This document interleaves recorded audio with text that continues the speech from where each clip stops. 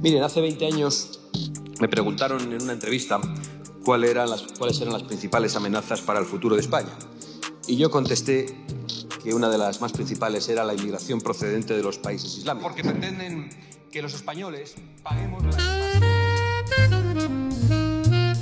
Si te has metido en este vídeo es posible que te hayas sentido aludido porque eres votante del partido que he mencionado en el título. Yo solo te voy a pedir cordialmente que antes de insultarme simplemente te veas el vídeo completo y si no lo vas a hacer pues que te metas el teclado por el culo y no comentes. Porque antes de comentar, criticar o insultar, lo mínimo es tener toda la información necesaria. Créeme, no hago este vídeo porque yo sea un votante de izquierdas que odie a Vox. Yo no voto a ningún partido. De hecho, el propio concepto de partido político me resulta bastante molesto. No por los partidos en sí, que bueno, como asociación civil con intereses políticos, pues no está mal, sino por cómo los partidos funcionan en España y el monopolio que tienen sobre el poder legislativo y por ende ejecutivo. Y aunque también en menor medida, también sobre el judicial. La forma de actuar de los políticos me resulta demasiado deshonesta, así que no es porque odie a tu partido, que podría ser, estoy en mi derecho a odiarlo si quiero, pero no diré si lo hago o no.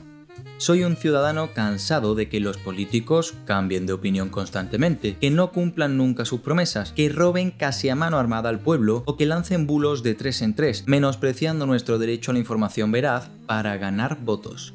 Y también estoy bastante harto de las incoherencias que muestran en sus discursos. No me puedes decir que está lloviendo si al mismo tiempo me dices que está despejado. No puede estar mojado y al mismo tiempo estar seco. La carne no puede estar cruda y cocinada al mismo tiempo. Que no es posible. Y tampoco es posible que seas el mayor defensor del catolicismo y al mismo tiempo querer prohibir la realización de ritos o celebraciones públicas relacionadas con el Islam. Justo eso que os acabo de decir, de por qué estas dos cosas no son compatibles, es de lo que voy a hablar en este vídeo. Voy a empezar por el contexto actual. Vox, el 6 de agosto de este año, publicó esto en X. Jumilla hace historia. Gracias a Vox se aprueba la primera medida en España que impide celebrar fiestas islámicas en espacios públicos. España es y será siempre tierra de raíces cristianas.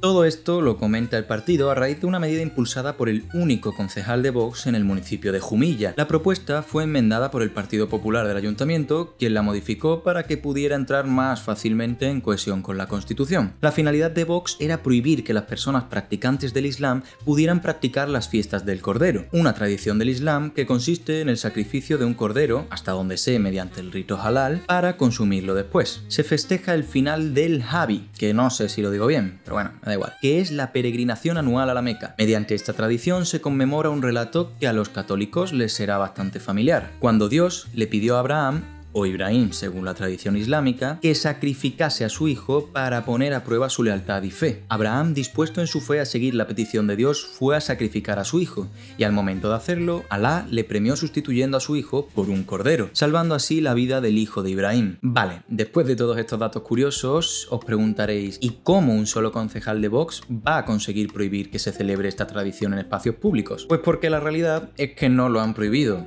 o no del todo. Lo que se ha prohibido es la realización de cualquier acto religioso en el polideportivo de Jumilla. Y cuando digo cualquiera, es cualquiera, ya sea católico, islámico, judío o lo que sea, en el polideportivo. Pero no en la calle, que si no recuerdo mal los ayuntamientos ni siquiera tienen potestad para prohibir eso, pues es cosa del gobierno central, en concreto del Ministerio del Interior. Así que aquí viene la primera mentira o media verdad de Vox Murcia. No han prohibido que se celebren fiestas musulmanas en espacios públicos, solo en un polideportivo, y se lo han prohibido a todas las religiones. Ahora bien, de facto, la única religión que utilizaba el polideportivo para celebrar ritos era el Islam, por lo que hasta donde sé van a tratar de impugnar alegando que se trata de discriminación indirecta. Eso por un lado. Pero ¿por qué digo que el discurso no tiene sentido? ¿Por qué es incompatible querer limitar la libertad religiosa con ser católico y defender el catolicismo? Pues para eso hace falta otra vez contexto. Esta vez contexto histórico. Nos remontamos al año 1939.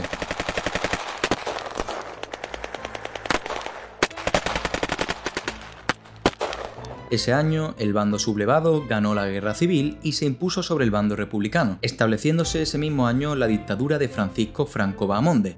En consideración a los motivos expuestos y segura de interpretar el verdadero sentir nacional, esta Junta, al servicio de España, promulga el siguiente decreto. Artículo 1. En cumplimiento de acuerdo adoptado por la Junta de Defensa Nacional, se nombra jefe del gobierno del Estado español al excelentísimo señor general de división don Francisco Franco Bahamonde, quien asumirá todos los poderes del nuevo Estado. Artículo 2. Se le nombra asimismo generalísimo de las Fuerzas Nacionales de Tierra, Mar y Aire, y se le confiere el cargo de general jefe de los ejércitos de operaciones. Tras varios años desde el triunfo del alzamiento militar, se promulgó la Ley de Principios del Movimiento Nacional, concretamente en 1958. En esta ley, entre otras cosas, se disponía lo siguiente.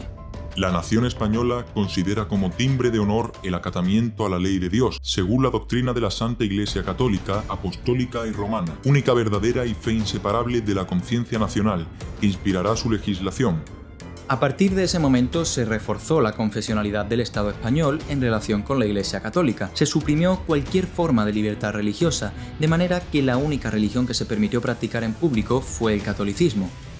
Todo marchó con normalidad desde ese momento, todo hasta que en 1962 y 1965 se produjo el Concilio Vaticano II. Este concilio supuso un punto de inflexión que puso en jaque una de las bases fundamentales del franquismo, la unidad religiosa y el catolicismo de Estado. El Concilio Vaticano II supuso el reconocimiento de la Iglesia Católica del derecho a la libertad religiosa, tanto en público como en privado. Lo reconocían como un derecho inherente a la dignidad humana. Os leo unos fragmentos del concilio.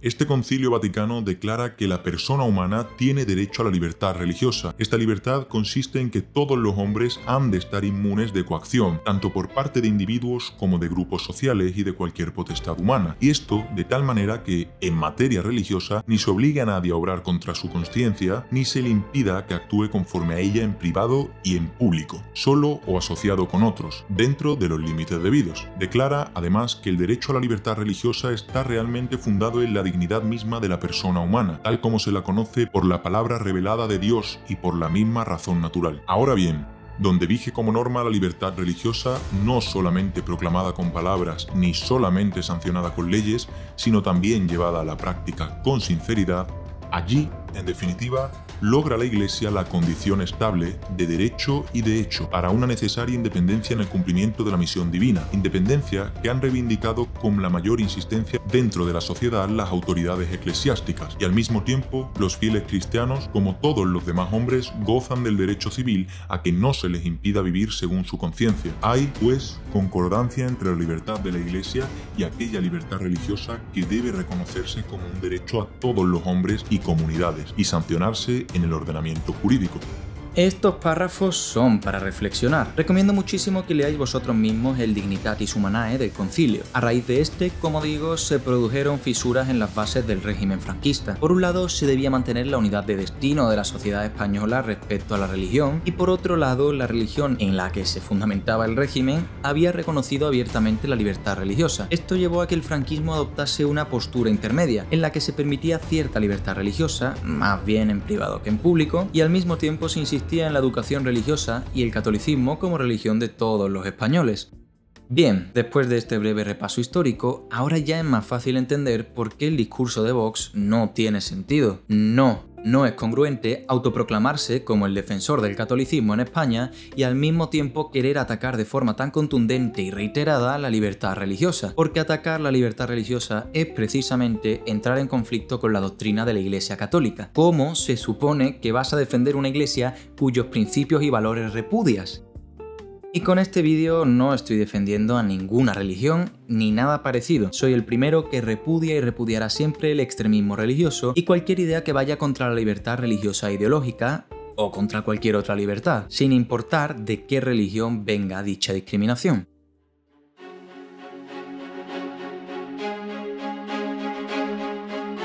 Y créeme, sin libertad religiosa no podrás tener tu propia religión, ni siquiera si eres seguidor de la religión que establezca el Estado. Tampoco podrás no tener una religión, porque sin esa libertad, por un lado, vivirás en un mundo donde no podrás saber quiénes dicen la verdad o quiénes son de los tuyos, pues se ven coaccionados para ejercer la religión oficial. Por otro lado, ni siquiera tú mismo podrás saber si eres libre a ciencia cierta de seguir dicha religión, porque si se te prohíbe indagar, pensar o expresarte diferente a la doctrina oficial, ¿cómo se supone que vas a formar tu propia conciencia moral y religiosa? Sin libertad religiosa nuestra dignidad se ve en entredicho. Sin libertad religiosa somos menos humanos. La falta de libertad religiosa es perjudicial para todos, incluida la Iglesia. Piénsalo, sin libertad religiosa en países de minoría católica o que directamente tienen otra religión oficial, ¿cómo va la Iglesia a expandirse en su divina misión de predicar el Evangelio? La clave está en proteger la libertad religiosa e ideológica y en trabajar para que aquellos países que la restringen dejen de hacerlo. Y si quieres seguir explorando conmigo la libertad religiosa y cómo afecta a la sociedad,